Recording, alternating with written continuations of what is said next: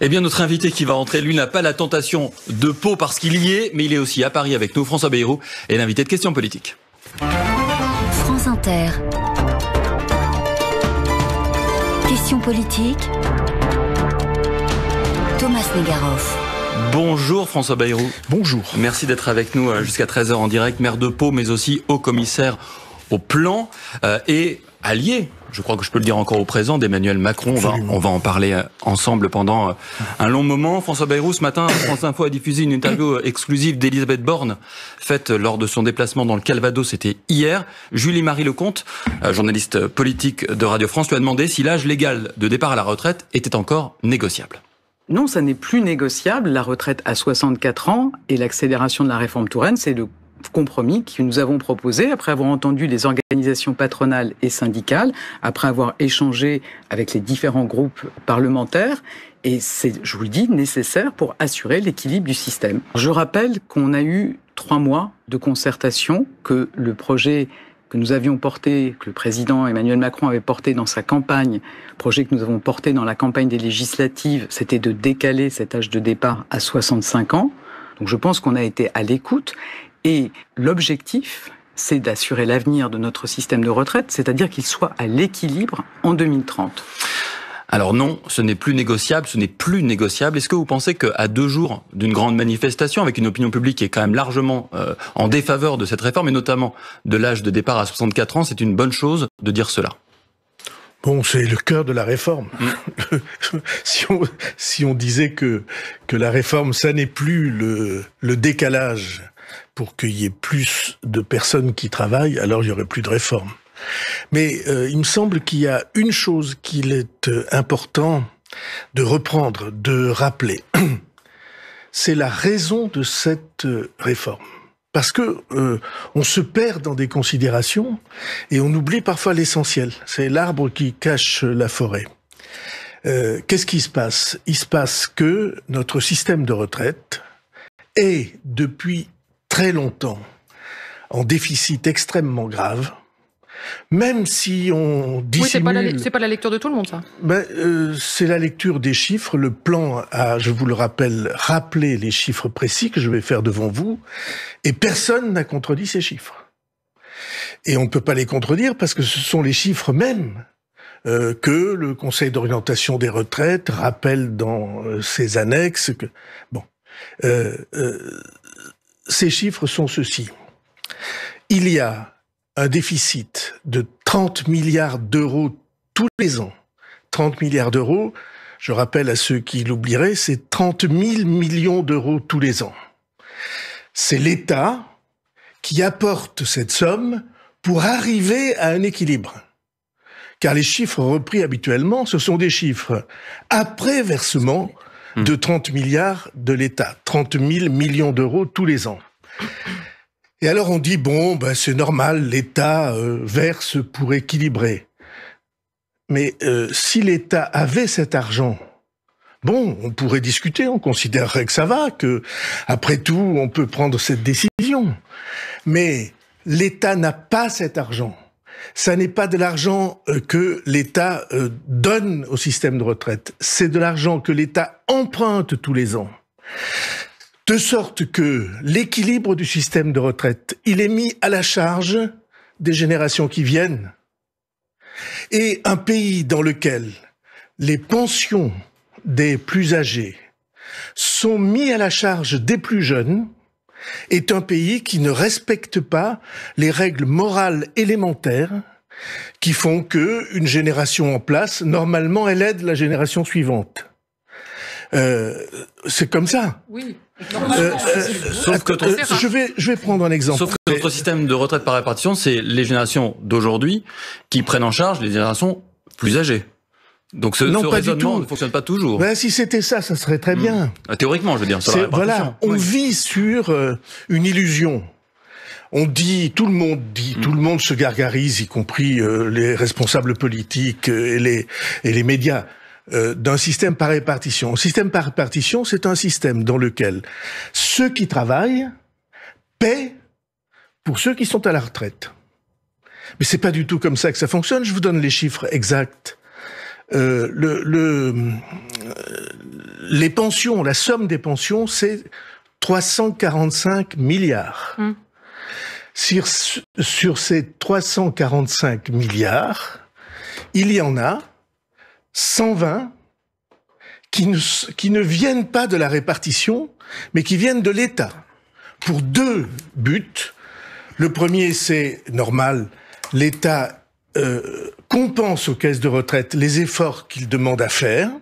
Par exemple, si je mets des trimestres supplémentaires pour telle ou telle catégorie familiale, ou bien si je baisse les charges des salaires les plus bas de la pyramide, c'est normal, l'État dit faites ça, il compense. Mais ce qui n'est pas normal, c'est que c'est l'équilibre même du système de retraite, l'équilibre financier du système de retraite, qui, année après année, est financé par l'emprunt depuis des décennies. Vous savez que je me suis l'un de vos chevaux de bataille. Beaucoup battu sur cette idée de la dette. On se trouve aujourd'hui devant un mur. Si on n'est pas capable de revenir à cette raison élémentaire, cette raison élémentaire, c'est celle qui veut que... Non, mais ça veut dire qu'il faut supprimer le corps, le Conseil d'orientation des retraites, parce que le corps ne dit quand même pas ça. Pour cette année, pour l'année prochaine, il n'y a pas de déficit. C'est très facile de le vérifier. Je peux faire une proposition simple. On demande une mission flash à la Cour des comptes et à l'INSEE.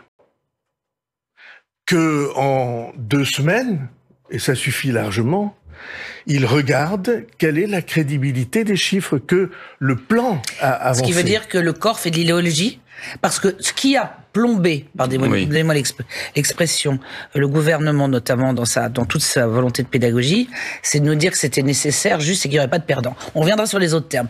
Nécessaire, c'est ce qu'avait dit Nicolas Sarkozy lors de la précédente, et manifestement tout le monde avait dit, d'accord, aujourd'hui, toute l'opposition dit, mais attendez, c'est pas nécessaire. Laurent Berger, c'est regardez le corps. Mais pas urgent. Le président du corps est allé jusqu'à donner d'autres pistes de financement que celle de la réforme des retraites.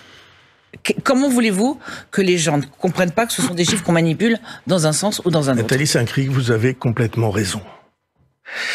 On vit... Attendez, raison, le corps est idéologique? Le corps est une institution dans laquelle tous les partenaires sociaux sont engagés et qui, depuis longtemps, défend l'idée que c'est pas si grave que ça. Et donc, faut le supprimer? Et donc, non, faut pas supprimer. Moi, je suis pas pour couper des têtes. C'est pas mon intention. Couper la tête du corps, c'est vrai que c'est un peu... Elle est très bonne, Thomas. Allez-y. Vous devriez faire un stand-up. Je vous ai coupé, allez-y, continue. Non, mais qu'on établisse vraiment les chiffres. Je répète, la contribution... Alors, 345 milliards de dépenses pour les pensions, sur lesquelles l'État en paie 143. L'État. Donc, vous voyez qu'on est très loin des répartitions, hein. L'État en paie 143. Sur les 143, il y a 25 milliards qui sont les cotisations de retraite des fonctionnaires contractuels ou pour l'État, pour les collectivités locales, pour les hôpitaux. Il y en a 90 qui sont les compensations que j'évoquais. Et il y en a 30 milliards tous les ans, mis à la charge des plus jeunes. Et quand je pense que on essaie de les engager à manifester alors que c'est eux qui vont payer, il y a là quelque chose qu'on ne dit pas. Je ne comprends pas bien pourquoi on ne le dit pas, ou plus exactement, je comprends assez bien pourquoi on ne le dit pas. C'est parce que on veut pas ouvrir des fronts et que le corps, au fond, ça satisfait tout le monde. Et lorsque le gouvernement dit équilibre, lorsqu'on dit 10, 12, 15 milliards, ça n'est pas les déficits actuels. Ce sont les déficits prévisibles. C'est pourquoi il y a des scénarios qui disent avec tant de croissance, c'est un peu plus, un peu moins. Donc, la situation réelle d'un système de retraite qui ne s'équilibre que parce que l'État emprunte tous les ans des dizaines de milliards pour l'équilibrer, participant ainsi à la dette générale qui s'accumule à un point inquiétant. Monsieur Bayrou, ceci n'est pas... En fait, beaucoup disent, on ne remboursera jamais, c'est pas un souci. Ouais. Alors, on s'est beaucoup endetté ces dernières années et le stock, on le laissera là où il est. Alors, qu'est-ce que vous répondez à ça? Françoise Fressoz, s'endetter quand on emprunte à 0%, Oui. C'est une chose. Moi-même, j'ai plaidé avec des taux à 0% pour qu'on fasse une grande politique d'investissement industriel. Et économique, agricole, industriel, culturel, que sais-je. 0%, ça vous permet d'imaginer que, en réalité, votre emprunt se rembourse par la croissance qui est créée à l'intérieur du pays. Mais emprunter comme on fait maintenant à 3%, c'est plus du tout la même chose. Vous vous rendez compte que désormais on creuse le trou. Et on creuse le trou non pas pour les générations actuelles, mais pour les générations qui viennent, pour ceux qui sont au travail, qui ont 40, 50 ans, encore davantage pour les plus jeunes. Parce qu'évidemment, la dette, comme les crédits revolving des supermarchés, elle se renouvelle tout le temps. Ceci est immoral.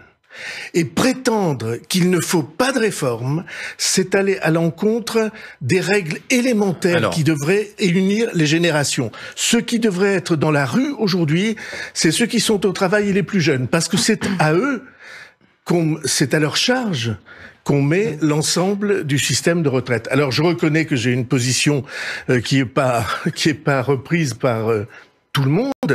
Non, d'autant que, si j'avais bien compris, vous étiez quand même assez critique envers la réforme telle qu'elle était proposée. Le diable est dans les détails, dites-vous. Il y a des choses à améliorer, elle est améliorable. En revanche, sur l'esprit, à vous écouter, on va même pas assez loin. J'ai plaidé, vous savez, pour qu'on cherche ou qu'on identifie d'autres sources de financement que l'âge. L'âge, c'est important ça. L'âge, c'est pour moi dans les estimations que nous avons faites et qui sont dans la note du plan qu'on peut trouver sur plan.fr. L'âge, c'est à la louche, mais grosse louche, une dizaine de milliards. Ce qui permet au gouvernement de dire ça sera équilibré s'il ne considère que les déficits à venir. Mais j'avais plaidé d'autres choses. Le plus important pour moi, c'est le plein emploi. L'augmentation de la productivité. Ça, malheureusement, la loi peut pas le décider. Oui, mais l'effort général peut se fixer cela comme objectif. La productivité.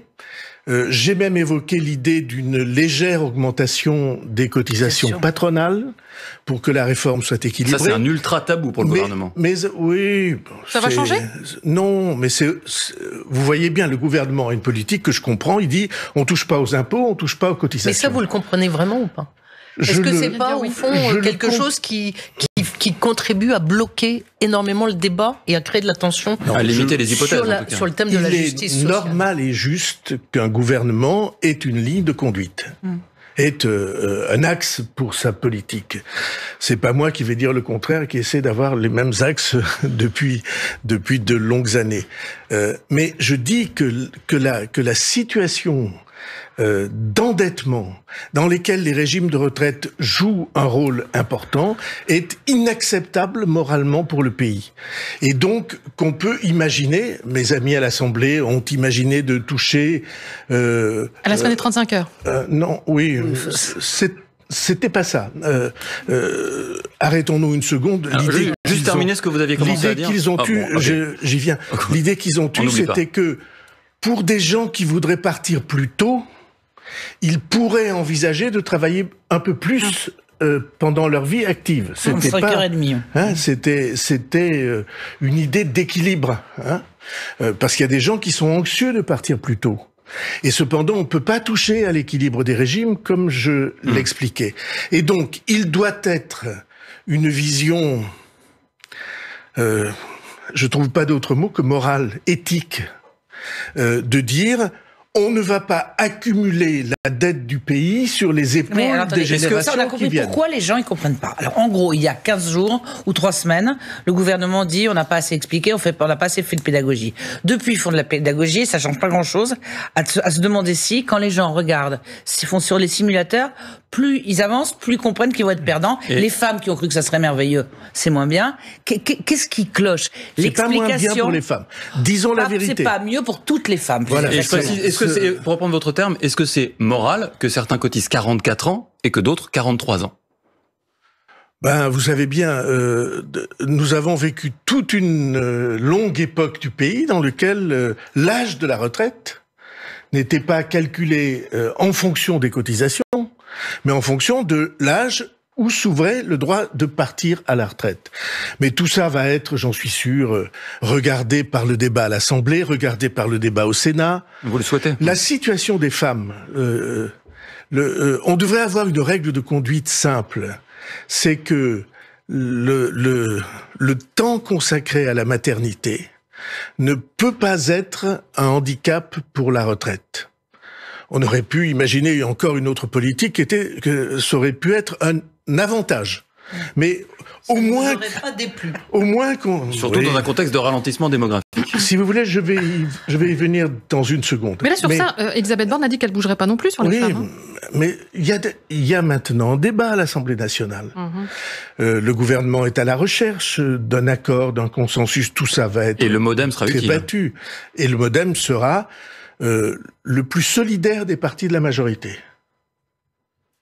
Vous avez vu, il y a eu des études sur les votes probables des groupes. Mais on peut améliorer le texte et être solidaire.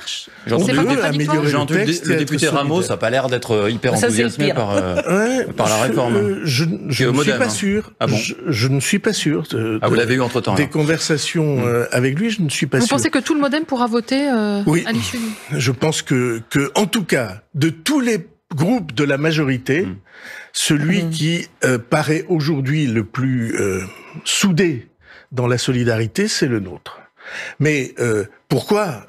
Parce que vous voyez, je viens de le dire, il y a une raison fondamentale civique pour qu'il y ait une réforme des retraites, mais elle doit être le plus juste possible et la plus équilibrée possible. Et on n'y est pas. Et vous voyez bien qu'il y a des efforts qui sont faits tous les jours, et même le gouvernement annonce qu'il va regarder la situation des femmes. Est-ce qu'il y a une disposition que vous poussez le plus en disant vraiment ça, je voudrais que cet amendement puisse être retenu? Est-ce qu'il y a des lignes rouges au MoDem?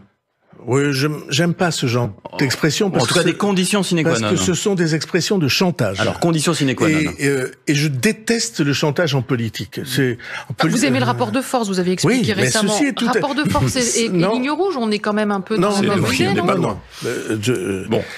C'était à une question d'un de vos confrères qui disait, mais est-ce que vous êtes assez entendu? Oui. Et ma réponse était, je ne supplie pas, jamais, je ne souhaite pas demander ceci. On demande pas, on propose, et c'est dans cette vigueur de la discussion que se trouve la solution. Alors, en tout cas, on écoute. La première mesure, s'il devait y en avoir qu'une seule. Non, il y en a deux. Il y a l'idée qu'on écrive dans la loi qu'on fera un bilan, ce qu'on appelle la clause de revoyure. Je suis pas sûr. Mais pourquoi vous y tenez tellement à cette clause? Pardon? Pourquoi vous y tenez tellement à cette clause? Parce que je pense que ça rassure les gens. Et s'il y a une injustice très forte, on peut revenir en arrière, c'est ça? Oui, si on s'aperçoit qu'il y a... en réalité, la gouvernance de notre système de retraite, comme de beaucoup d'autres systèmes dans la société française, devrait être en temps réel. Au lieu d'aller de crise en crise, on devrait être capable d'adaptation permanente. C'est étonnant de la part du commissaire au plan. On est plutôt dans le temps long, avec l'idée de voir loin. Eh bien, le temps long, voir loin, se fixer des objectifs, et pour les atteindre, des adaptations permanentes si on s'aperçoit que ça ne marche pas. Et d'un côté, ça doit être, il doit y avoir une gouvernance, et de l'autre, la capacité à s'accorder sur le temps long. Si j'étais le gouvernement, comme on dit au Café du Commerce, j'aurais proposé volontiers, c'était d'ailleurs le cas de la réforme qui n'est pas allée à son terme, qui a été adoptée et que je trouvais intéressante et juste, celle qui a été abandonnée, qui a été votée, la retraite à points, et que je défends, comme vous en souvenez, depuis très longtemps. Il devrait y avoir une gouvernance de notre système de retraite qui s'inspire de ce qui s'est fait pour le système de retraite du privé, Agirc-Arrco. Donc une co-responsabilité. Arrco, c'est un équilibre presque parfait. Eux ont montré qu'on pouvait arriver à un équilibre avec une gouvernance entre les mains des partenaires sociaux. Et ce sont les partenaires sociaux qui, jour après jour, semaine après semaine, pour les impliquer, ont pris les décisions nécessaires pour que on arrive à l'équilibre du système de retraite. En réalité, c'est beaucoup plus intelligent et beaucoup plus intéressant que d'avoir un système qui nous envoie pour chaque réforme d'une crise à une autre crise, d'un blocage à un autre blocage, d'une révolte à une autre révolte. Vous disiez, Nathalie Saint-Cric, tout à l'heure que sous Sarkozy, tout le monde avait été convaincu. Non, il y a eu 14 manifestations. Oui, non, mais attendez, je dis que 2010, on disait, comment dire, les critiques ne portaient pas sur la nécessité de la réforme, mais sur la façon de la faire et sur la clause de revoyure. Enfin, pas la clause de revoyure, le délai de décote était aussi poussé de 65 à 67 ans, mais au moins on n'avait pas l'impression qui a fait que j'ai voté contre, que la nécessité était aussi forte. Alors, clause de revoyure, pourquoi le gouvernement ne veut pas de clause de revoyure? Je rappelle que j'étais non-inscrit à l'époque dans l'opposition. Pourquoi? Alors, vous avez dit, pour répondre à la question de François... À cause des 67 ans. Je trouve qu'il y a deux questions en même temps. Si on vous dérange tous les deux, on va aller faire une course. Non, alors clause de revoyure. Pourquoi ils veulent pas? Je pense qu'on peut trouver un accord. En réponse Elisabeth Borne, elle vous a dit non. Hier, elle répond à France Info, elle dit il y aura une clause de revoyure, ça s'appelle les élections présidentielles. Oui, enfin, l'élection présidentielle. On peut imaginer qu'il y ait institutionnalisé l'obligation d'un bilan de la manière dont se passe la réforme. Et peut-être une suggestion pour arriver à trouver de nouveaux équilibres. Ça, c'est la première chose. Et la deuxième chose, c'est, je vous l'ai dit, la situation des femmes dont la carrière a été interrompue par une maternité. Qu'on puisse tenir compte de manière plus sérieuse des trimestres qui sont aujourd'hui, alors c'est une subtilité pour comprendre, ils sont validés, mais ils sont pas cotisés. Et donc, il y a là une approche, alors c'est très compliqué dans le texte aujourd'hui, tout le monde essaie de trouver le meilleur équilibre possible. Pour moi, Elisabeth Borne a raison de dire que la situation de beaucoup de femmes, ou d'un nombre important des femmes, est améliorée par la réforme, mais il me semble que la situation des femmes ayant eu des enfants, ce qui nous ramène au sujet de la démographie dont on va peut-être dire un mot, devrait être mieux prise en compte. Une question quasiment de philosophie politique. Dans 2 jours, on aura peut-être 2 millions de personnes dans la rue, 3 millions, etc. À quel moment on se dit que même si une réforme est justifiée par les chiffres, elle n'est pas politiquement tenable? Je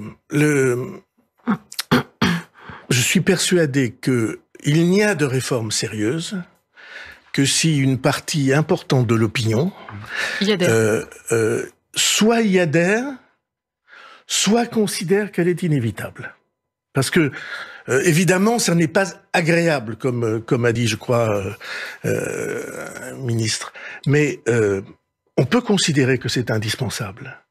Et s'il y a un point sur lequel on aurait dû avancer avec l'opinion, en partageant avec l'opinion les éléments que j'ai décrits devant vous, c'est précisément la situation qui est faite aux plus jeunes en les surchargeant de la dette des retraites. Mais pour répondre à la question qui augmente tous les ans. Ça, d'accord, on l'a dit depuis le début de l'émission. Non, on l'a dit depuis le début de l'émission, ça n'a pas été pris en compte dans le débat public. Non, parce du fait aussi du gouvernement, l'avez-vous dit. Et puis parce qu'il y a une relativisation de la charge de la dette, je pense que c'est très très important. Oui, et puis peut-être parce que les chiffres dit qu'il y a 1000 choses plus intéressantes, plus urgentes à faire en ce moment. Donc, il est de votre camp. Enfin, normalement. Normalement. Non, je vous laisse débattre entre vous. Vous allez tout de même souligner ça pour les auditeurs. S'il y a quand même 1 million, 2 millions ou 3 millions de manifestants dans les rues, mardi prochain, les jours suivants, à un moment donné, le gouvernement va être obligé de réagir, de le prendre en compte. Tous les gouvernements, sans exception, sont constamment en charge du lien avec l'opinion. Et ça se jauge comment? Est-ce que c'est les sondages? Est-ce que c'est la rue? Est-ce que c'est les actions ciblées qu'il peut y avoir entre 2 manifs? Est-ce qu'il va y en avoir 14 tous les 10 jours? J'espère que non. J'espère qu'on ne va pas en arriver à une institutionnalisation des blocages qui serait, pour moi, pas civique, anti-civique. j'ai été très choqué, comme beaucoup de gens, de l'annonce que la mairie de Paris allait fermer. En maintenant le service de l'état civil ouvert. Voilà un service public. À Pau, la mairie sera ouverte. Mais à Pau, la mairie est ouverte, que le maire soit ou non d'accord avec les gouvernements successifs. Il y a évidemment des moments où on peut avoir des désaccords quand on est un responsable politique, mais la charge de maire, qui est une fonction publique, qui est un service public, celle-là ne peut pas s'interrompre. Enfin, pour moi, c'est une évidence. Mais est-ce que le président Macron, que vous connaissez très bien, a la capacité d'écouter ce qui se passe dans la rue et donc de revenir éventuellement sur son projet de loi? Et question subsidiaire, y a-t-il trop de verticalité dans cette présentation de la réforme des retraites? Non, les styles et les méthodes. C'est pas style et méthode pour le coup, c'est vraiment de la gouvernance. Ce sont des sujets de conversation éternels. C'est pas ça. Le président de la République, il a à tenir compte de quoi? Il a à tenir compte des nécessités de justice dans la société qui lui a confié cette charge. Et j'ai dit ce qu'il en était entre générations, du déséquilibre et de l'injustice entre générations. Vous lui avez dit à lui pas qu'à nous, à la radio. Souvent. Mais donc il a à tenir compte de ça. Il a à tenir compte de la situation chiffrée. Et il a à tenir compte des engagements qu'il a pris. Et il a à tenir compte de l'opinion. C'est cet équilibre-là qu'un président de la République recherche, et c'est pourquoi la nécessité dans cette fonction d'un équilibre avec une composante morale aussi est très importante. Ce qui est frappant quand même depuis le début de l'émission, c'est que vous nous avez dit qu'en fait, le gouvernement, pour ne pas ouvrir de front, c'est vos mots à vous, n'ont pas évoqué la question de la charge de l'État permanente des 30 milliards, pour éviter précisément d'ouvrir des fronts. Je suis désolé, j'ai l'impression que les fronts ont été ouverts aussi. Donc, est-ce qu'on n'est pas dans une situation un peu ubuesque où vous dites, le gouvernement n'a pas osé dire la vérité, et le résultat, c'est que il y a des gens dans la rue. Il a épousé cette thèse selon laquelle les déficits tous les ans jusqu'à maintenant, on considérait qu'ils sont acquis, et que il faut se préoccuper des déficits à venir. Ma thèse à moi, c'est qu'il faut se préoccuper aussi à terme, progressivement, avec le temps, calmement, des déficits actuels, qui tous les ans grèvent la situation du pays, en augmentant tous les ans la dette du pays de plusieurs centaines de milliards, parce que c'est ça la situation. Il y a un acteur dans ce conflit qui est très important, c'est Laurent Berger, qui... On a promis de parler de démographie un peu. On fera après. Qui souvent était en accompagnement des réformes de retraite sur les durées de cotisation, et là, qui ne veut aucune mesure d'âge sur l'âge légal, sur les durées de cotisation. Est-ce que ça reporte pas automatiquement Emmanuel Macron vers la droite, avec aucun soutien à gauche? Et est-ce que c'est grave pour son équilibre de gauche et de droite? Auquel vous êtes attaché. Oui, auquel pas seulement un équilibre à deux. Et moi, je suis pour le pluralisme. Je pense qu'il y a une gauche, je pense qu'il y a une droite, je pense qu'il y a un centre. Je pense que c'est ce centre-là qui, au travers du temps, s'est vu confier les responsabilités du pays, ou en tout cas cette philosophie-là qui s'est vu confier les responsabilités du pays. Dans l'équilibre politique général des sensibilités françaises, le courant réformiste que vous évoquez est absolument essentiel. J'ai toujours plaidé pour que on comprenne qu'il y a dans un pays une co-responsabilité. Oui, mais ils sont irréconciliables. Attendez, il y en a un qui dit je ne bougerai pas à 64, et l'autre qui dit si à 64 je bouge pas.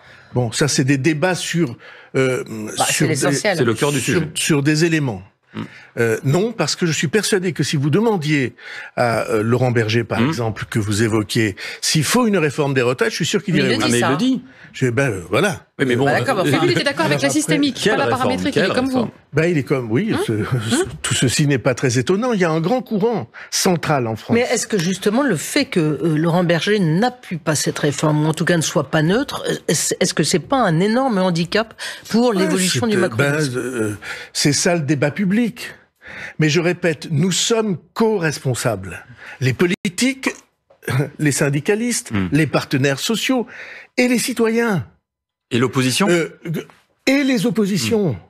Quelles qu'elles soient, elles ont une responsabilité dans l'avenir du pays. En tout cas, moi, je plaide pour que cette démocratie de co-responsabilité, elle soit reconnue, établie, qu'on en prenne l'habitude, et ça passe par le partage avec les Français des éléments précis qui justifient une réforme. Est-ce que c'est responsable de la part du ministre de l'Intérieur, Gérald Darmanin, de considérer que la NUP, donc l'opposition, que vous appelez de vos vœux à travailler avec le gouvernement, quand elle dit qu'elle bordélise la France?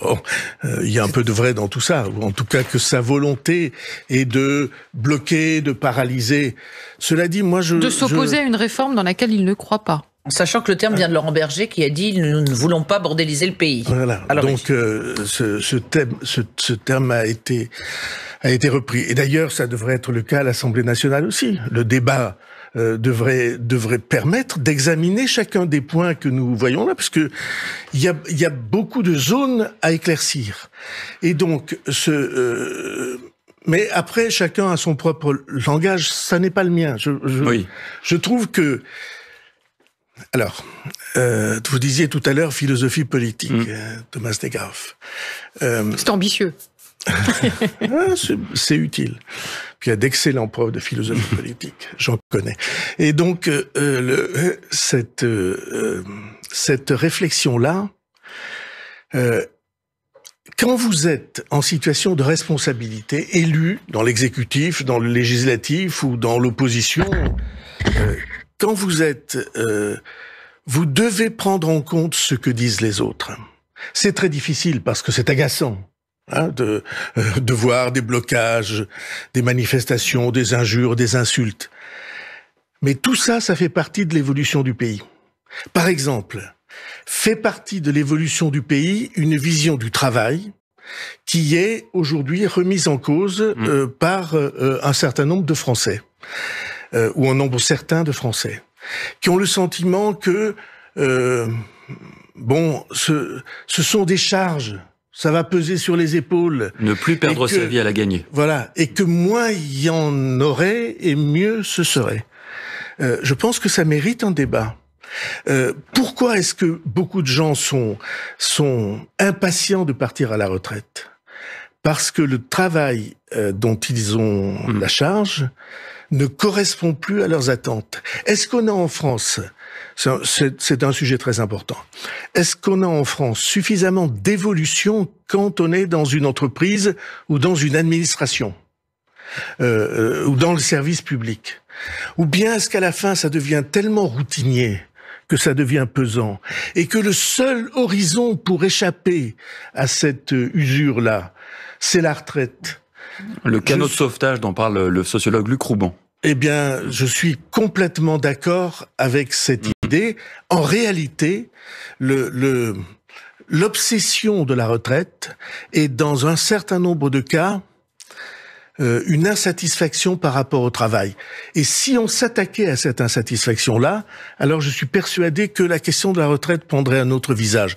C'est la raison pour laquelle il y a un point très important dans le texte, c'est qu'on ait sur les 2 dernières années la possibilité de prendre du temps partiel en touchant une partie de la retraite et en continuant à créer des droits pour une autre partie. France Inter. Question Paul.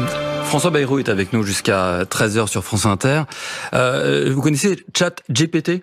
C'est l'intelligence artificielle. Comme je lui ai posé depuis 3 semaines. Ouais, voilà. Moi encore moins longtemps que vous. J'ai écrit une question. Je lui ai posé une question. J'ai écrit une question à François Bayrou et il m'a répondu. Et je vous jure que c'est vrai. Quel est votre programme pour l'élection présidentielle de 2027 et comment comptez-vous rassembler les électeurs pour remporter la victoire? Alors c'est pas moi qui la pose. Hein. Qu'est-ce que vous répondez à l'intelligence artificielle? Je sais pas s'il existe des réponses ChatGPT qu'on peut. Une réponse Bayrou alors. Qu'on peut faire écrire. Non, vous m'enfermerez pas dans la question de l'élection présidentielle, en dépit des efforts louables que vous faites. J'ai dit et je répète que c'est l'élection majeure pour l'avenir du pays et que tout citoyen doit s'y trouver engagé à des degrés différents, comme j'ai affronté cette hydre 3 fois. On n'aura pas 4. Elle n'est pas pour moi, impressionnante. C'est une bonne expérience, c'est un bon souvenir? Les élections, les campagnes? Génial. Génial, parce que c'est des moments de communion.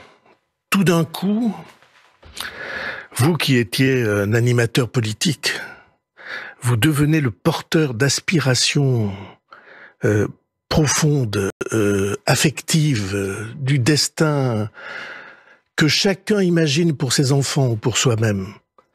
Et ça s'incarne dans un candidat, une candidate. Alors oui, c'est absolument, comme expérience humaine, c'est absolument génial. Et comme expérience de leadership, c'est pas si mal. Mais il faut quand même avoir le moral pour faire ça, non? Faut être, vous l'avez.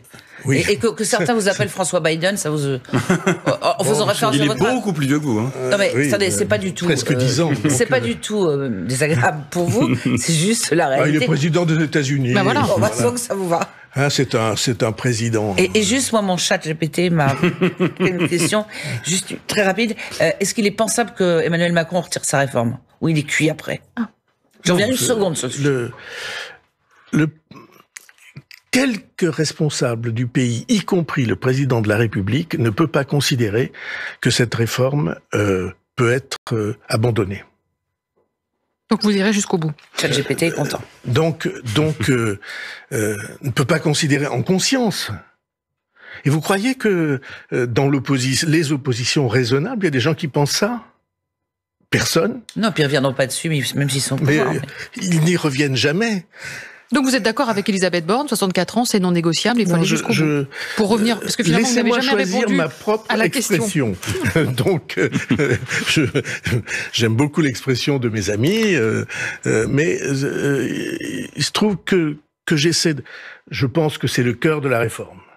Je pense que la réforme est, si on est un minimum responsable, je pense que la réforme est inéluctable. Mais je pense en effet que une très grande partie des Français n'ont pas compris quel était l'enjeu pour eux-mêmes et pour leurs enfants. Françoise Fressoz. On voit des soubresauts dans le paysage politique, notamment au Parti socialiste. Alors je me souviens d'une conversation très lointaine où vous disiez, au fond, ces partis de gouvernement, PS, UMP à l'époque, c'est voué à mourir parce qu'il y a trop de contradictions internes, ils n'y arriveront pas. Au regard de votre grille de lecture, comment vous analysez ce qui se passe au Parti socialiste et plus généralement sur la recomposition en cours du paysage politique? Ce qui compte pour un parti politique, c'est sa philosophie. Certains disent idéologie, doctrine, on peut trouver tout. Comment voit-il le monde? Et comment voit-il son propre engagement? Ce qu'il y a de clair au Parti socialiste, c'est qu'il y a deux lignes depuis que ces deux lignes sont même additionnées ultra minoritaires dans le pays. On l'a vu avec le score de Madame Hidalgo, moins de 2%. Et donc, ces lignes-là, elles ne rassemblent pas, elles ne fédèrent pas. Il y en a une qui dit il faut détruire le système et qui se reconnaît dans la NUPES version LFI. Et il y en a une qui dit il faut être réformiste. Et celle-là, c'est une ligne avec laquelle je me sens profondément en accord. Et ces deux lignes se retrouvent à droite aussi d'une certaine manière. Et donc c'est la raison pour laquelle j'avais depuis longtemps analysé et prédit que les deux tours jumelles qui contrôlaient la totalité de la politique française, un jour s'écrouleraient. Donc le PS est fini, c'est ça que vous êtes en train de dire? Pardon? Le PS est fini? C'est ça que vous êtes en train de dire au vu de ce qu'on observe ces dernières semaines? Le PS ne peut pas survivre s'il ne trouve pas et n'impose pas une ligne politique assise sur une philosophie politique. Et une philosophie de l'action. Et de la responsabilité. Le PS se présente comme un parti de gouvernement. Il demande le retour à la retraite à 60 ans, alors qu'ils ont eux-mêmes voté la fin de la retraite à 60 ans. C'est eux qui l'ont voté. La réforme Touraine, c'est pas autre chose que ça, avec des modalités différentes. C'est eux qui l'ont voté. Ils demandent aujourd'hui, pour être dans le cadre de leur alliance, le retour à la retraite à 60 ans. Avec 43 annuités. Est-ce que c'est sérieux? Oui, ce qui est une hypocrisie. Est-ce que c'est sérieux? Est-ce que c'est d'être un parti de gouvernement? eh ben, évidemment, la réponse à ces deux questions montre qu'ils sont devant une difficulté très importante. Est-ce que, selon vous, le Rassemblement national est aujourd'hui un parti de gouvernement ? Avec les positions qu'il prend, non, en aucune manière. Je pense que un certain nombre d'entre eux rêvent que cette évolution puisse se produire. Pour l'instant, non. Les choix qu'ils ont faits ne vont pas dans ce sens-là. Et puis, vous n'imaginez pas une victoire du Rassemblement national en 2027 ? C'est inimaginable, alors que c'est évoqué par beaucoup d'observateurs. Un peu plus loin. C'est très intéressant de regarder la ligne politique. Mais il n'y a pas seulement les pensées, il y a les arrière-pensées. Et dans les philosophies ou dans les doctrines politiques, dans les idéologies, il y a un certain nombre de sujets qu'on caresse, qu'on excite, qu'on aime. Et les sujets que l'extrême droite agite, pour moi, sont des sujets de fracture de la société française. Et donc, ça ne peut pas être, pour moi, un parti de gouvernement. Donc vous pensez à l'immigration, vous pensez à quel autre sujet ? Oui, je pense à l'excitation de la détestation à l'intérieur de la société française de religion, d'origine, de tous les sujets qui touchent au vivre ensemble, comme on a l'habitude de dire. Nathalie Saint-Cricq. On n'a pas parlé d'international. On n'a pas parlé de démographie. Alors, oui, on en dira. Alors, allez-y maintenant. Allez-y. Sur la question démographique, en quoi est-ce que alors, je vous pose la question ou vous y allez tout seul ? En quoi la question démographique est pour vous un sujet essentiel quand on est notamment en charge du plan et donc de l'avenir de notre nation ? La question démographique en France est un sujet vital. C'est pas vrai pour les autres pays. Je vais vous expliquer pourquoi. Il y a deux aspects. Vous avez raison de dire que il y a un certain nombre de pays qui vont souffrir cruellement de ne pas avoir d'enfants. La Chine va perdre... C'est nouveau, 850 000... va perdre presque l'équivalent de la population européenne dans les 30 ans qui viennent. Ouais. Et ça, sans aucun recours, parce que les enfants sont déjà nés, ou plus exactement, pour beaucoup d'entre eux, ils ne sont pas nés. L'Allemagne, un certain nombre de pays européens sont en crise. Pourquoi ? Parce que le renouvellement des générations, c'est la clé de la vitalité d'un pays. Mais il y a un autre problème en France, c'est que tout notre système social est assis sur la répartition. Pas seulement les retraites.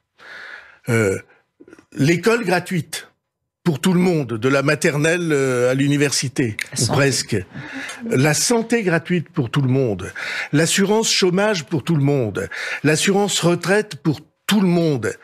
L'ensemble de notre contrat social en France, l'ensemble, tous les sujets qui sont à ce point difficiles à porter, tous ces sujets-là sont assis sur le rapport entre le nombre des actifs et le nombre des assujettis. Vous pensez qu'il faut donc une politique nataliste beaucoup plus forte en France ? Et de quelle nature ? Je pense qu'il faut une politique démographique, responsable, qui favorise le renouvellement des générations et plus encore. Et je vais vous en donner une preuve. Et un exemple peut-être de politique. Oui, mais d'abord une preuve. On est en France descendu au-dessous des 2 enfants par femme. On est à 1,8, alors que le taux de renouvellement de génération est à 2, grossièrement, grosso modo. C'est très intéressant, parce que là aussi on a établi une étude du plan sur ce sujet qu'on peut trouver sur le site. Quand vous demandez aux femmes quel est le nombre idéal d'enfants qu'elles voudraient, eh bien, les études montrent de manière indiscutable qu'elles en voudraient un de plus que ce qu'elles ont. Celles qui en ont un envisageraient volontiers d'en avoir eu 2 ou d'en avoir 2. Celles qui en ont 2 envisagent d'en avoir 3. Toujours un de plus que ce qu'elles ont. Pourquoi on leur laisse pas cette liberté-là ? Pourquoi on les aide pas à ça ? Parce qu'elles disent ça, mais qu'elles n'en ont pas réellement envie. Et notamment dans les chiffres qui sont donnés, c'est en partie aussi qu'on n'est pas en dessous d'un 8, parce qu'il y a une natalité plus vivace grâce à l'immigration. Oui. Alors, là aussi, il va falloir être clair sur ce qu'on veut. C'est-à-dire qu'on peut pas à la fois considérer que l'immigration, c'est quelque chose de très mal, et se dire que, finalement, c'est grâce à ça qu'on est un peu plus boosté. Moi, je refuse de regarder notre pays comme coupé en 2, les Français de souche, comme certains disent, et les autres. C'est une étude officielle qui dit il y a une contribution très importante. Bien sûr, mais ça n'est pas d'aujourd'hui que les plus pauvres contribuent à la natalité. On a même vécu des époques entières dans lesquelles la fraction la plus installée de la société avait un enfant. Ça nous amène au projet de loi immigration qui va être présenté cette semaine. Enfonçons ce clou-là. Il n'y a pour la France aucun avenir comme pays, comme nation, et aucun avenir comme contrat social si nous restons avec cet effondrement de la natalité-là. Donc il faut faire quoi? Eh bien, il faut une politique... Oui. Avec quelle proposition, dans quelle mesure? J'en ai cité tout à l'heure une, que dans le cadre de la carrière pour les retraites, on soit assuré que d'avoir un enfant, ça ne fait pas perdre des droits. Vous voyez un peu les changements que ça signifie. Ça veut dire une politique de garde des enfants parce que les femmes, à juste titre, il n'y avait pas un service public de la petite enfance qui était prévu, avec un droit opposable à la garde des petits. En tout cas, c'est des choses importantes pour vous, ça? Quand on est maire dans une ville, j'ai encore eu 2 réunions cette semaine sur ce sujet dans le cadre de la mairie dont j'ai la charge à Pau. Quand on est maire, quand on est responsable public, oui, on doit se sentir en charge. Alors, je sais pas que la forme de droit que ça crée, mais c'est inacceptable qu'on se trouve devant l'impossibilité de faire garder un enfant dans le cadre que je viens de dire, dans le cadre national que je viens de dire. Et donc, et ceci, c'est pas du blabla, vous comprenez? Favoriser les gardes, favoriser les crèches, favoriser les assistantes maternelles, leur permettre de s'organiser pour ne pas être toutes seules avec les enfants, faire des regroupements, des associations d'assistantes maternelles. Ça, c'est pas des politiques abstraites. Il nous reste quelques secondes. Et ça, c'est pas abstrait non plus. Une toute petite question. Est-ce que vous considérez qu'il risque d'y avoir un retournement de l'opinion vis-à-vis de l'Ukraine? C'est-à-dire qu'on est en train de basculer dans l'offensif avec la demande des chars. Quelques secondes, excusez-moi. Entre des armes offensives, alors qu'on était sur l'hypothèse d'armes défensives. Alors, est-ce que ça a un sens?